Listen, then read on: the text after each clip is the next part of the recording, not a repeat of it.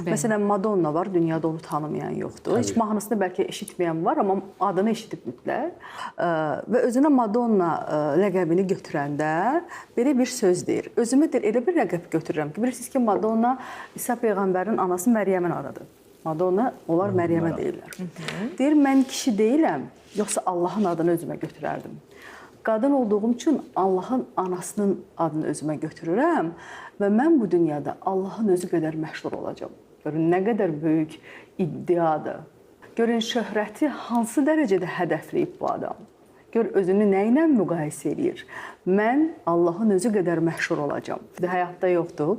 Amma bu dəqiqə onun adı, o insanın adı, hətta bu dəqiqədə dünyanın hər yerində çəkilir. Dayanmadan çəkilir. Kimdir o bilirsiniz? Muhammed sallallahu aleyhi ve sellem. 24 saat bu adamın adı dəqiqədə. Dünyanın Çünki hər dünyada yerində zaman dəyişilir deyə hər qitədə, hər şəhərdə, hər ölkədə əzan vaxtı fərqlidir. Görürsünüz nə qədər Ona şöhrət. görə hər dəqiqə onun adı səsləndirilir dünyada. Allahla bərabər səsləndirilən yeganə insan adı. O hətta şöhrət dalıcı olmayıb. Bəli. O yetim bir uşaq olub. Elə Bəli, deyil. bəli.